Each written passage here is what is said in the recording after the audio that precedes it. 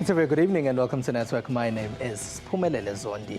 Tonight we look at the African Aerospace and Defense Expo and some of the technologies that we're showcasing there. Our discussion is on a health record solution by the South African government. We also talk about the Chinese e-commerce company Alibaba, which made what became the biggest public listing in the New York Stock Exchange. We are live. Find us on SABC Network on Facebook and Twitter. We're on News Network at sabc.co.za on email.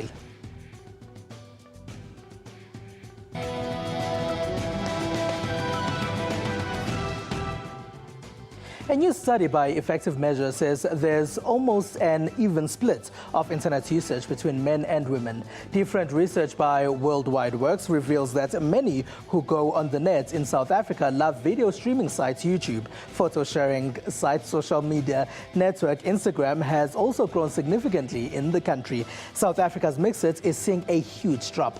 Producer Lebosi Chage took a close look at these studies for us. Effective Measure tells us that white South Africans are the ones who use the internet the most. They are followed by black people. The demographic report is an advertising measurement done by Effective Measure and the Interactive Advertising Bureau in South Africa. It further reveals that most South Africans, like their counterparts from other parts of the continent, access the internet through smartphones. 51% of internet users in South Africa are women. The group that uses the internet the most is the 25 to 29 age group, who are at 15.7%. Under 15s use it at the least at 0.12%. Then there's the issue of education. The study shows that those with university education use the internet more than those without formal qualification. 26.58% of those who frequent the World Wide Web are university students. South Africa's Worldwide Works, together with online media monitoring company Fuseware, released a separate report. This one is a study of the country's social media landscape. The report shows that Google-owned video streaming site YouTube and Facebook-owned photo sharing site Instagram have hit a staggering increase among South Africans. YouTube has increased by 53%. It's not all rosy for the locally developed Mixit. The usage of the South African developed social network has plummeted from 6.5 million active users last year to just 4.9 million users in August 2014, a decrease of 1.6 million people.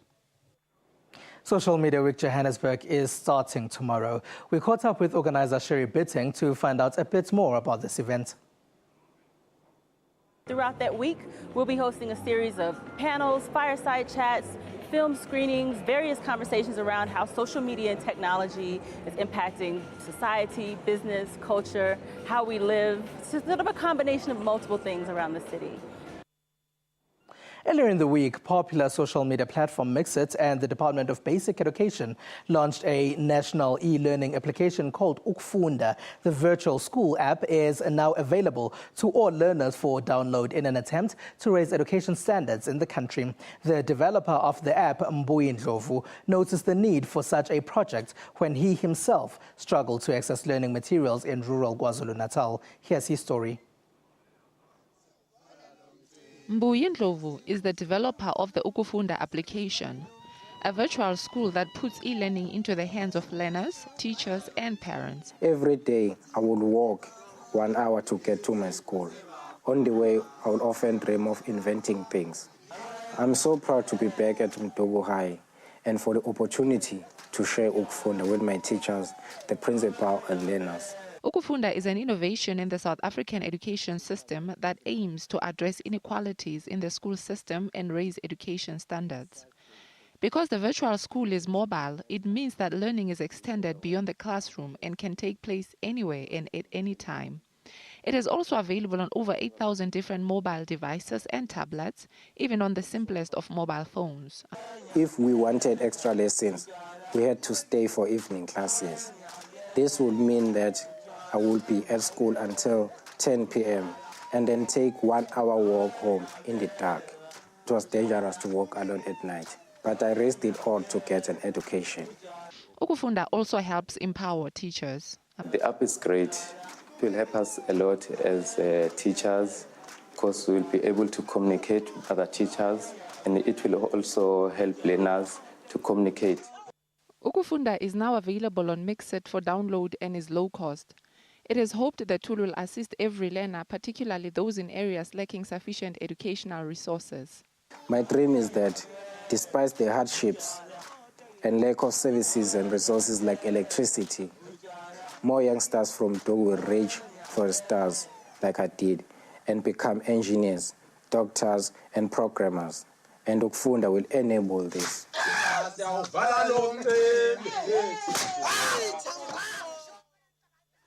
Huawei Technologies has launched its Agile Network solution in South Africa. The Chinese telecoms company says that businesses must make full use of cloud computing, Internet of Things, and big data to create new digital and service experiences for their end users or employees.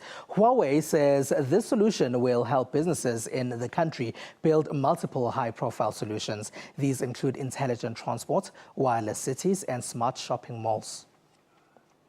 The video-on-demand space is getting more interesting in South Africa. Allied Electronics Corporation, or Altron, has announced that it's entering the video-on-demand market. It's launching what it's calling the Node. Altron makes LTAC. It says its offering is more than just a video-watching instrument, as it has home automation, security systems, and internet telephony. This happens a week after Times Media Group announced that it's launching the first South African online movie streaming service. They'll both be big competition for the television industry. Ndani is a word that means inside in Swahili. Ndani TV is an internet platform that says it hopes to give audiences an African insider's look. The venture is run out of Lagos in Nigeria. Ndani TV is a web-based channel creating content for a pan-African audience. Jareshola Oseberu, who heads Ndani TV, says they were looking for an innovative product to tap into the online market, but struggled to find cutting-edge content. We looked around for premium content in Nigeria and even in Africa, and it was very hard to find, tailored towards our target market, premium, and also done at a certain level of quality. So we decided to build our own team. Ndani has 21 programs, including drama series, entertainment, business and travel shows, as well as exclusive interviews with celebrities. The channel has more than 33,000 subscribers and views from over 1 million people, with the numbers climbing daily. The people who have the platforms are not necessarily concentrating on content, and even content that consumers want to watch. Nigeria has an estimated 170 million people and over 60 million internet users. But internet connection in Nigeria is often slow. The number of expensive smartphones that can run sophisticated applications and stream video is also low. But the economy is improving. Nigeria is now the largest economy in Africa, and with this, the country is likely to see a lot of investment in infrastructural development, which is also likely to add to Ndani's constantly increasing subscribers. When one thinks of the West African country of Togo, technological innovation is not the first thing that springs to mind, let alone the concept of women leading the way in the tech space. The country is on a mission to change this, as it's just hosted its first ever technology camp for girls. Hundreds of Togo's brightest female students met in the capital Lomé to strengthen their interest in technology. Huddled around a table, this group is assembling a computer made out of recycled material in a plastic container. Using locally sourced material, the girls assembled the computer with everything from old radios, car speakers, and plastic materials. The point of the petrol can is to be able to recycle and not have a high-tech material, but a fun computer that is accessible to all. The material has been placed in a manner that will allow it to have a good electrical connection. Togo schools and universities are severely underfunded, and science education suffers greatly due to a lack of infrastructure and materials. The organizers of Tech Camp say making science practical and fun was a big part of the event. We hope that with this initiative, young girls will go on to lead the tech hub in their different communities. We look to them to create working spaces where they will invite others to meet, exchange, and come up with new projects. Tech Camp was also held in other countries in West Africa, including Ghana, Ivory Coast, and Nigeria. Chinese e-commerce giant Alibaba truly made the biggest public listing in America this week. On the initial listing, shares were going for 748 Rand each. Here's a bit of information about Alibaba. When Alibaba first announced the initial public offering plans, it didn't know it would be the biggest IPO in America. The Chinese company's market value is now more than $2,500 billion. Founder Jack Ma has become one of the world's richest people.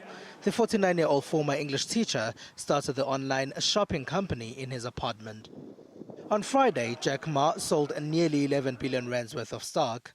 Unlike other tech companies, Alibaba already dominates in China, probably the biggest technology market in the world. It accounts for 8 of every 10 online transactions there. Users can buy everything from socks to railroad tracks. It also offers services ranging from banking to online payments. It's bigger than America's Amazon and eBay in the world. As big as it is, Alibaba is still largely unknown in the rest of the world, and this very successful listing in the New York Stock Exchange is probably making Western companies like it chitter a little bit. We're on SABC Network on Facebook and Twitter. After the break, we'll talk about how the city of Johannesburg is digitizing its filing system. Stay with us.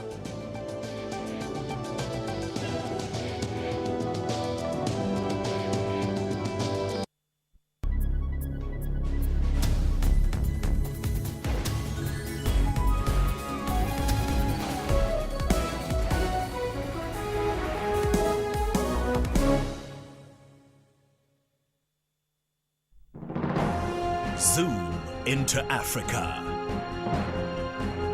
This is Namibia. The president is Mr. Hifikepunye Pohamba. Namibia got independent from South Africa on 21 March 1990. The population is over 2 million people.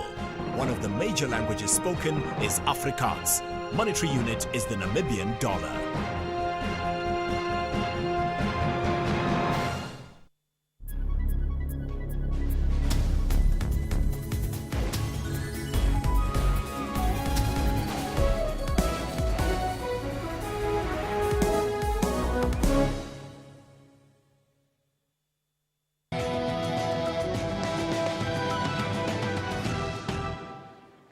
Welcome back. The city of Johannesburg is going digital in some of its hospitals. This is to make it easier for hospitals to share patient information. The city also hopes this will improve services offered to patients. South African public health facilities sometimes come under fire because of how slowly they react to some of their patients' needs. This sometimes is because of the filing system and the lack of information about each patient. When a patient is admitted to hospital, doctors and nurses need to know the patient's history. This history would often be in thick hard copy files that have piles of papers in them. Files would be kept in drawers and cupboards. Clinic and hospital personnel often have to sift through many files before they find the one they need. This becomes more problematic if a patient's file is held in another hospital. Some patients may not even want to reveal all their health history to doctors and nurses attending to them. The lack of information could result in wrong medication getting dispensed to the patient. And to respond to this need, the city of Johannesburg is planning to make clinics and hospitals digital. They're calling this the Ehealth System, and the city is starting in one clinic in Slovo'ville. To tell us about how the city plans to do this is Bheki Sibego, Director of Policy Planning and Research at the city of Johannesburg. Hello, and thank you for being a part of our network tonight. Thank you very much, Pumileli. Now, how is the city planning to do this? Yeah, firstly, I think it's important to say this is in partnership with the private sector. It's called the Global Business Coalition, led by Anglo-American Dr. Brink. The mayor, in his vision, sees Joburg being the smart, world-class African city, meaning that we have got to use technology to enhance and improve service delivery. The first thing that we did basically was to make sure that the whole of Slovo'ville is connected with the network and has got a web-based system for each and every user, the nurses, the doctors, and the admin clerk. Basically, the basic information of the patient is captured, and as you are examined, the clinician also captures the information on the electronic health record, which is web-based, meaning it can be accessed in any facility where it has been installed. This will see us moving away from the multitudes of forms and registers, and will make sure that the patient record is there permanently, once and for all. So you're saying files will not be getting lost? There won't be any files, because you'll have one file that is permanent, that is there for life. We'll see from the time you get it, you got sick to the time that you are healed. What treatment have you got? The lab results will also be received electronically. We'll see the number of the medication that has been sort of dispensed, and we'll be able to do our stock control, and hopefully even stockouts will be something of the past. There won't be any waiting times, because through the biometric system, the patient puts basically their finger and their record comes up. Why did you decide to go with that biometric method? Basically, firstly, it's a question of security, because it's only through the biometrics of the patient that give anybody access to that record. Once the patients put the finger there on the biometric system, that gives the clinician or the clerk permission to access the record. Also, the users, the providers, they also use their own biometric system to access that record. Okay, confidentiality of that information, how secure is it? The information is very, very secure. As I said, firstly, the only people who can access it is once the patient gives you the right through their fingerprint. Secondly, the users, their level of accessibility. For example, the clerk has got only access to admin information that is set beforehand on the system. The doctor, a deeper level in terms of the medical record. So even hackers, where the information is stored, it is actually encrypted. Basically, they won't be able to align the information to the patient name. Let's say I normally go to Slovoville, and then I am now in a different clinic. How will my information be accessed there? Will it be accessed there? Yes.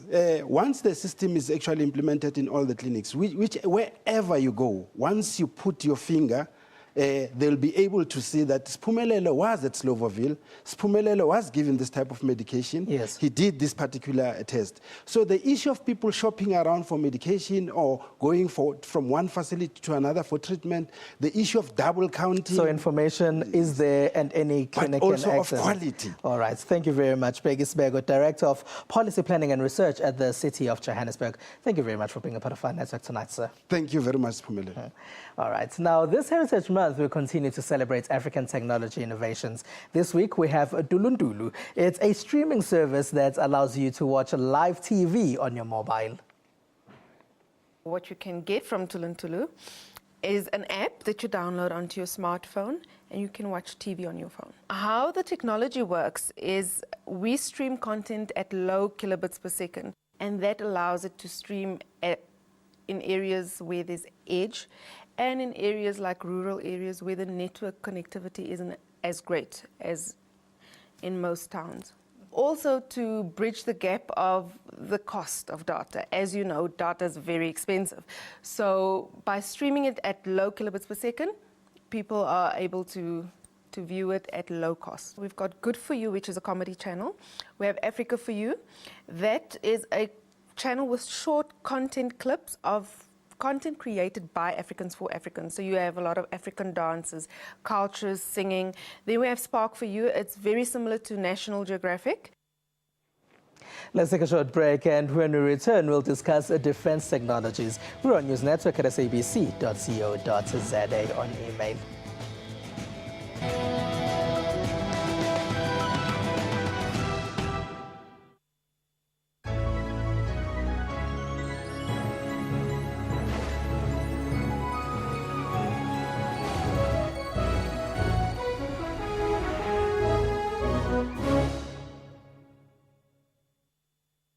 Platinum producer Lonman says it may be forced to restructure its Rustenburg operations. That's if its employees fail to accept the company's latest wage offer and return to work. We are concerned about things like strike action that become disruptive and lead to job losses. NUMSA members downed tools demanding better working conditions. NUMSA have called upon other members to embark on secondary strike. Your World, weekdays between 11 and 12 midnight.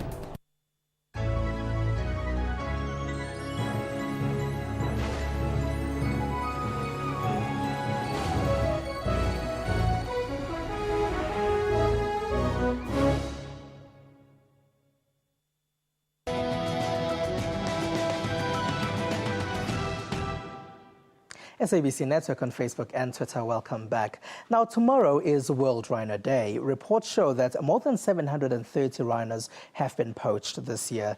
To try and curb this gruesome pandemic, the CSIR has some anti-poaching technology. It was showing this and other types of advanced defense technology at the African Aerospace Expo. To talk to us about the African Aerospace Expo is Kavin Naidu, manager at Aerospace Systems. Hello, and thank you for being a part of our network, Kavin. Good evening. Now, can you just tell us about some of the technologies that caught your eye at the Expo?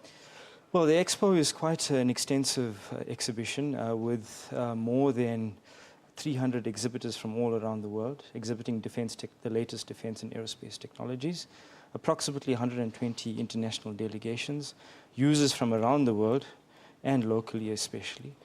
And there's various technologies in aerospace and defense, including land, air, and sea related. So you'd have to be a little bit more specific, otherwise we'd be here all night. All right. Now, there was the gigantic robots resembling like a scene from Hollywood. Where does this work? So the robot was the front face of the Paramount Group advertising campaign, and it was a hallmark of their launch of their robotics program at Paramount, at the Paramount Group. All right. And why is it important to showcase defense technologies? So defense technologies in South Africa and on the continent has a significant role to play for the sovereignty of our country and for peacekeeping on the continent. As you know, South Africa has one of the most technologically advanced defense forces on the continent, and that advantage comes from the defense industry, from the various departments that make a significant contribution, as well as the innovation sector, which includes the CSR. So defense technology in South Africa has a world-class standing, and that was on show this weekend.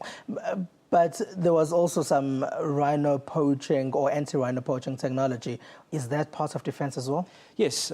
So technologies developed in the defense sector are ideally applied to any security matter, including the rhino poaching one. But as you can imagine, rhino poaching itself is a lot more complicated than just deploying technology. It's understanding the full chain of events, the full chain of people that are involved in rhino poaching, all the way from supply and demand. So it's not just a matter of deploying technology, it's deploying it smartly and cleverly. And this is where technology has a role to play. Drone technology, that's something we've been talking about a lot lately. Some of it was there? Lots of drone technology or unmanned aerial systems. And there are various vendors, locally and internationally, that were on display. But drone technology by itself cannot solve the problem of rhino poaching in the Kruger, as you well know. But drone technology is catching the imagination of various institutions around the world, and South Africa no different. South Africa has been involved in drone technology since the mid-1980s, and we're advanced, we're as best as any in the world, and that was on display this weekend. It's interesting, not a lot of people know that South Africa has been involved in drone technology since the 1980s, you say? Yes, we have a world-class defense sector involved in drone technology. All right. Well, thank you very much, Kavin Naidu, manager at Aeronautics at CSIR. Thank you very much for being a part of our network tonight. You're welcome. All right. Good evening. Now, let's see what some people have been sharing in social media. About a week, South Africans in social media have been sharing outrage about the Synagogue Church of All Nations that collapsed in Nigeria, killing more than 80 South Africans. Yesterday, church leader Temitope TB Joshua posted a message of condolences on his Facebook page. He and the church have faced a lot of criticism about how they dealt with the incident, but his followers have been showing him support. Kaizer Chiefs beat Orlando Pirates 1-0 in the MTN 8 final in Durban last night. It's also been a chatting point. Kenya has been commemorating a year since the Westgate Mall attacks in Nairobi. The attack by Somali militant group Al-Shabaab killed 67 people. Today, Kenyans were tweeting about their commemorations.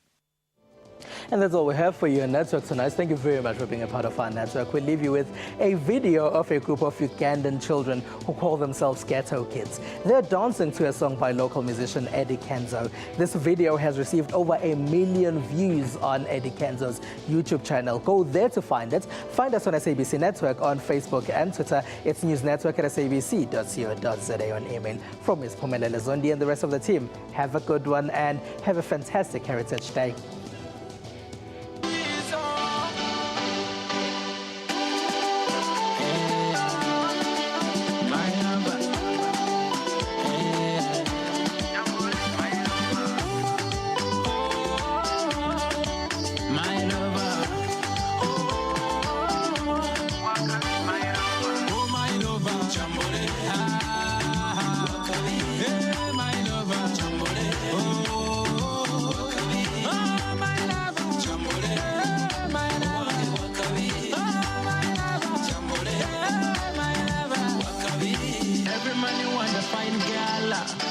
She's a super diva, 10 over 10, chambole.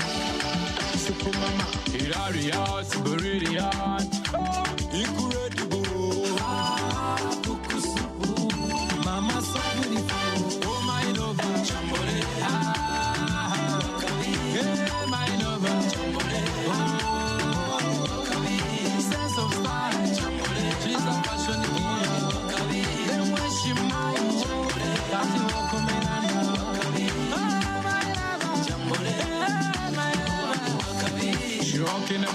Rockin' the bar, son is street as a rumbagana. Rockin' the bar, she rockin' the bars. Bidura yonacha kalanya. Oh no, wanga chusekali. Masaka soganga Beyonce kali. Oh no, wanga chusekali. Apana na Kim Kardashian. Oh my lover, chambole.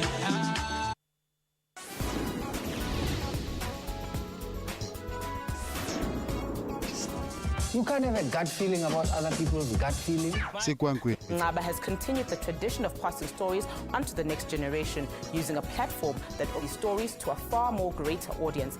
Zombie no go unless you tell them to go. This is what the audiences all over the world knew Fela Kuti for. Join Musam Khalipi on Afro Showbiz every Saturday at 19:30 CAT.